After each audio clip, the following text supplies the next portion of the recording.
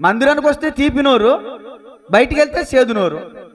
మందిరానికి వస్తే భక్తి గల మాటలు, బయటికి వెళ్తే భక్తిహీనమైన మాటలు.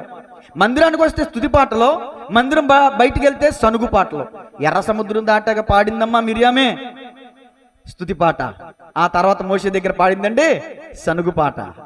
నిజమే, క్రైస్తవులకి స్తుతి పాటలు తక్కువ, సనుగు పాటలు ఎక్కువ. సనిగితే తాపకరమైన సర్పాలు వచ్చి కరిచి చంపేసాయి. సనుగుడు గురించి కాదు నా సబ్జెక్ట్. నాలుక చాలా డేంజరస్. మన ఈ దేహమంతటిని కూడా నడిపిస్తుందన్నమాట. ఒక ఓడని చుక్కాని నడిపించినట్టు, ఒక లారీని స్టీరింగ్ నడిపించినట్టు.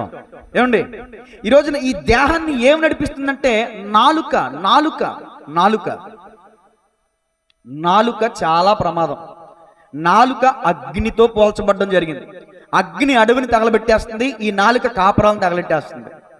ఈ నాలుక దేవుడు ఎందుకు ఇచ్చాడంటే కాపరాలను తగలెట్టడానికి కాదు, కాపరాలను కట్టడానికి ఇచ్చాడు.